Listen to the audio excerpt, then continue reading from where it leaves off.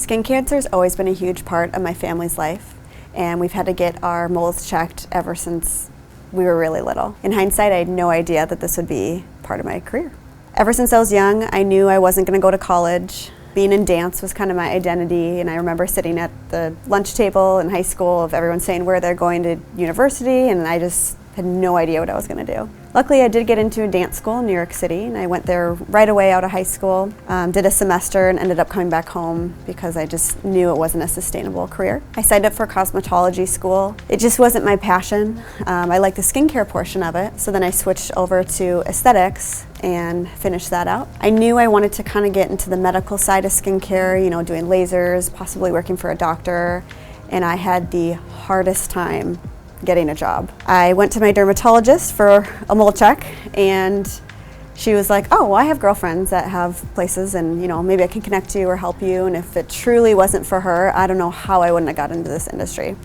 After I got some experience with lasers, I realized there's two different networks. There's the aesthetic network, which are salons and spas, and then there's more of the medical side of skincare, which is a totally different networking group.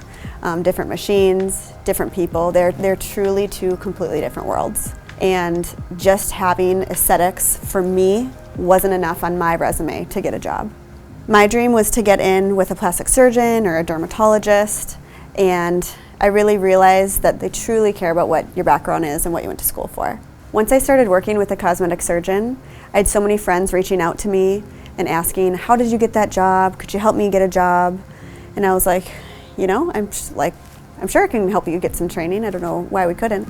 So I had some friends come in for training, and after a couple months, it exploded. I had 12 people in a class, and there was no other training in Minnesota. So after 2 years of doing that, I realized, okay, this is a thing. I'm gonna focus on this, I'm gonna get it licensed, and there was no licensure for lasers at the time, so I had to invent it and put in the time and effort to create it, which took a while, and that's one thing that I am truly proud of. Before even starting my training, I started speaking at aesthetic schools just to tell people this is a job, it's a sustainable career, and it's something you can do.